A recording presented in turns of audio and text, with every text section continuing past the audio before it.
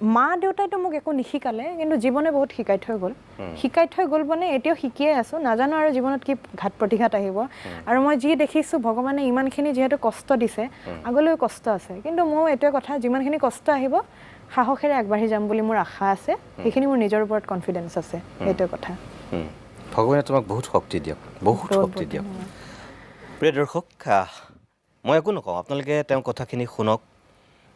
তাৰপিছত নিজেই বিবেচনা কৰিব আজিৰ পৰা 11 বছৰৰ পূৰ্বে এটা শিশু দিৱসৰ অনুষ্ঠানত অতিথি হৈছিল অভিমতত আৰু তাৰপিছত অভিমতত কোনোদিন তেওঁ অতিথি হোৱা নাছিল আৰু আজি তেওঁ নিজেই কৈছে সেই অনুষ্ঠানটোৰ কথা সেই সময়ত যিসকলে অনুষ্ঠানটো চাইছিল তেওঁ কৈছে যে আটাইতকৈ অজ্ঞ আছিল মই কম আপোনালোকক তেওঁ অজ্ঞ নাছিল তেওঁ আছিল ইন্ট্ৰোভাৰ্ট তেওঁ আছিল অন্তৰ্মুখী এই কমলিকা কাশ্যপক ভিডিঅ'টো যদি ইমানলৈকে চালে